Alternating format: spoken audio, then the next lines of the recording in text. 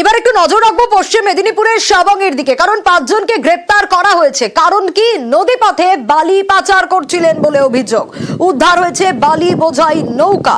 পুলিশের দাবি, হলদি নদী থেকে নৌকায় বালি তুলে তা শাবংয়ের ইট ভাটায় বিক্রি করা হতো।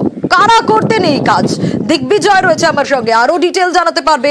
দিগ্বিজয়, কারা এই কাজ করতেন? তাদেরকে চিহ্নিত করা গেল? তাদের সম্বন্ধে কিছু জানা গেল? দেখো, ইতিমধ্যেই যারা এই ঘটনায় যুক্ত তাদেরকে চিহ্নিত করা হয়েছে। তারা প্রত্যেকেই পূর্ব মেদিনীপুরের ময়নার বাসিন্দা এবং তাদেরকে পুলিশ গ্রেপ্তার করে আর মেদিনীপুর আদালতে পাঠিয়েছে। রাতের অন্ধকারে হলদি নদী থেকে শাবংয়ের যে কেলেঘাই নদী রয়েছে, সেই কেলেঘাই নদীতে অবৈধভাবে বালি পাচার করে ইট ভাটায় বিক্রি করার অভিযোগ উঠেছিল এবং এই খবর পুলিশের কানে আসতেই তারা অভিযান চালায় এবং অভিযানের পরেই উদ্ধার হয় বালি বোঝাই নৌকা এবং 5 জনকে গ্রেপ্তার করা হয়। তাদেরকে আজকে মেদিনীপুর আদালতে তোলা হয়েছে। বেশ।